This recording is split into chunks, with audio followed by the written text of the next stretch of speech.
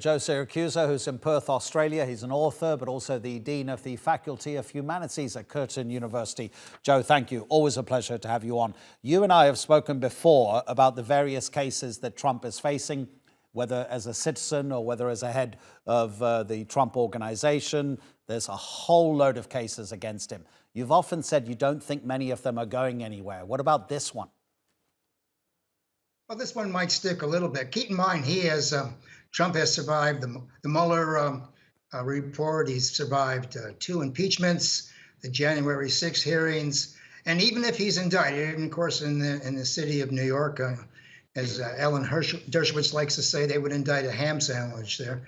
It isn't going to hurt him that much, even if there's a mugshot. It'll be on T-shirts and tea towels. 15 minutes later. Look, our first president, George Washington, was a revolutionary outlaw. This isn't going to hurt Trump. I mean, they've had 7 years to go after him on this charge. Imagine that, 7 years, the district attorney's office. First Vance, and now this guy, Bragg.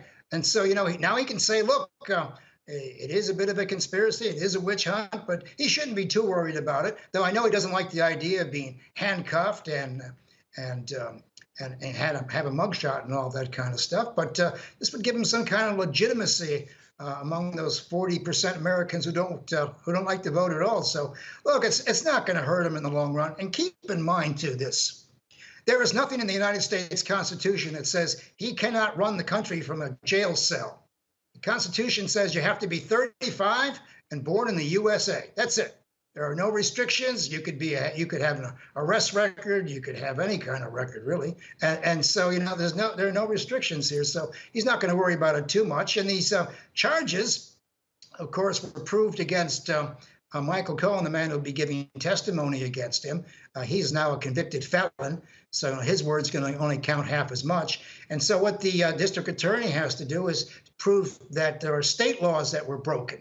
This is a lot harder to do. It gets very confusing. The ordinary juror isn't going to understand this very much, and it's going to look like they're going after him. I mean, this looks like vexatious litigation on the part of the district attorney's office. And, 7 years, waiting 7 years for this is a long, long time, and it suggests that there are political motivations. I'm not saying there are, but Trump now has a prima facie case that there is a political vendetta against him, and his believers will swallow this one whole. As far as I know, Joe, I think the only crime that George Washington ever admitted to was chopping down a cherry tree, right?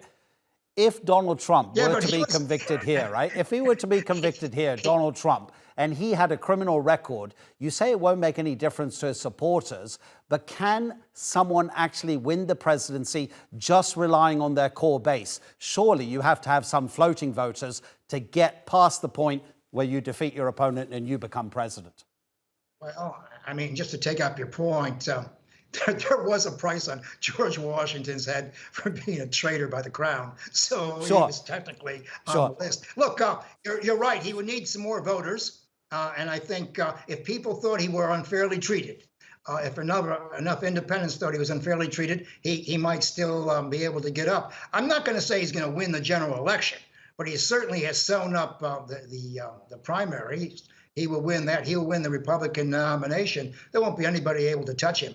And there'll be a lot of good Republicans who say, look, this guy's got too much baggage, and these things that he's been doing and getting away with, it's just too much baggage. But for a lot of people, and particularly those Americans who don't like the federal government, and that's about 8 out of 10 don't like federal government very much. They'll think, well, this guy got a raw deal. Maybe I'll support him. It's going to make it a little harder for him to get back to the White House if he gets there at all. But look, at the end of the day, as I say, it's the Constitution. If he's born in the USA and he's over 35.